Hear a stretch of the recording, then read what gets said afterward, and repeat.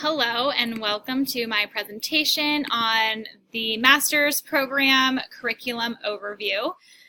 I have never actually done a PowerPoint through screencast, so I know my picture will cover some of the wording, but I did my best to include the biggest possible screen that I could.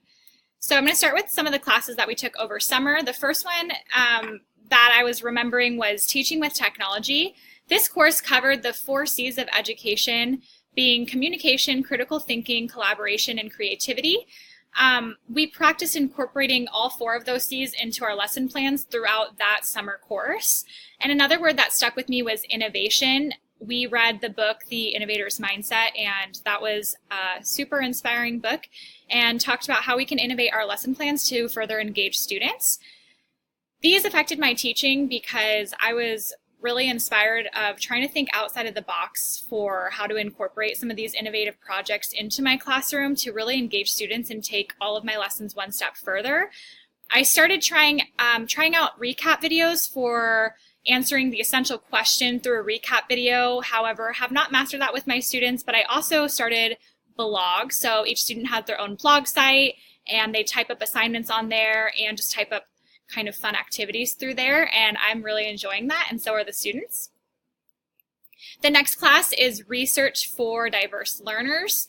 So the main concept in this course was culturally relevant teaching and the importance of getting to know students and incorporating their backgrounds throughout your class and making them feel, I guess, like they are part of this classroom community and their cultures are a part of this classroom community, and having them come to an understanding as well that everybody is from different backgrounds and cultures.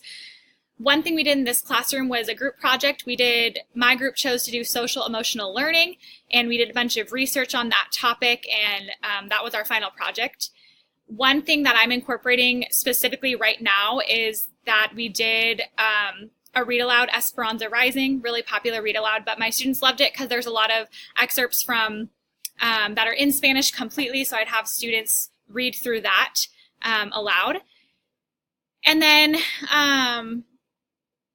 this year I did Dia de los Muertos because my students are from Mexico primarily and they don't celebrate Halloween, so we did a whole classroom altar to kind of keep it culturally relevant, and students brought in pictures of loved ones, and we kind of had this whole community, and I brought in a picture and participated. We brought treats and we just made this whole beautiful altar, and then when the last day of Dia de los Muertos, we took it down and we presented the loved one and told our classmates about them. So that was really cool.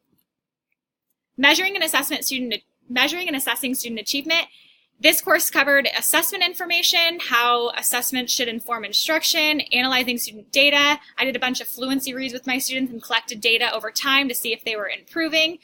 This has affected my teaching because it showed me that I really need to do more evidence-based teaching. When I'm looking closely at data, it really tells me a lot about my students and where they're at, specifically for my ELD students and for my ELD groups.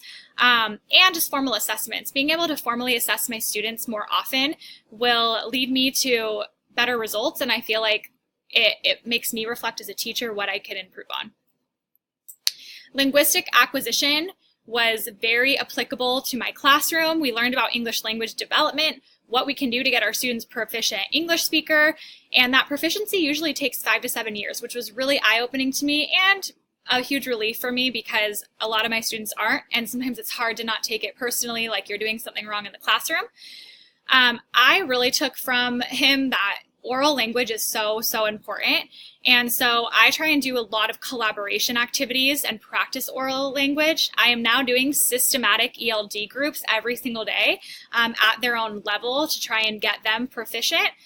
And I've also want to incorporate later in life vocabulary words, so we have a word of the week, and I learn the Spanish version and students do the English version. That way I'm learning with them and showing them maybe cross connections between their languages.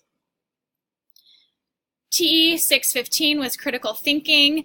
This was how to teach students to critical think, critical thinking strategies, and our project was a unit plan. We did ours on, I'm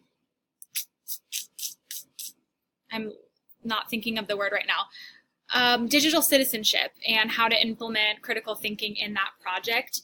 One thing that I'm trying to do is inquiry-based projects where students are more, it's kind of student-led, and they use a lot of questioning that promotes critical thinking. So I plan to use that more in the future. Right now I'm kind of just getting my feet wet with that idea because it is very complicated, but I want to get into the more open-ended inquiry-based assignments.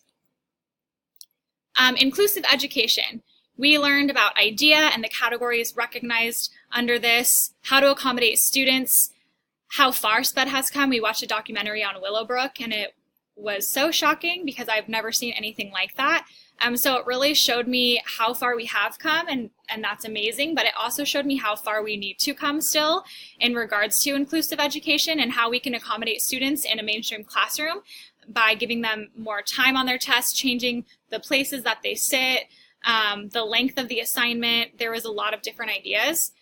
I accommodate my students in the classroom to still promote learning all the time. Some need to listen to music, some need game breaks every certain amount of time because they can't stay focused. Differentiated instruction with small groups is something I do for math, reading, and ELD, so I can teach students in different ways and adapt my teaching style to their needs. And then I just started implementing, there's a Google feature that's like read and write, and it'll read things aloud to you, and we do online testing, so there are a few students that I allow them to get the text read aloud to them. In conclusion, I'm very excited for the classes this last semester. I'm inspired by all the classes I've taken so far, and I have implemented a lot of strategies this year right off the bat already, and I'm thrilled about that. And I can't wait to continue to implement these strategies. And on my final note, the reason why every slide has a Bitmoji is because my kids love it. And every time we do rotation groups, I put the instructions on the board and I put my Bitmoji and I change it every day. And it's really fun for them because they all have Bitmojis, and it's a way I can relate to them. So I decided to design that according to what I do with my students. So thank you for listening to me, and I hope you enjoyed my presentation.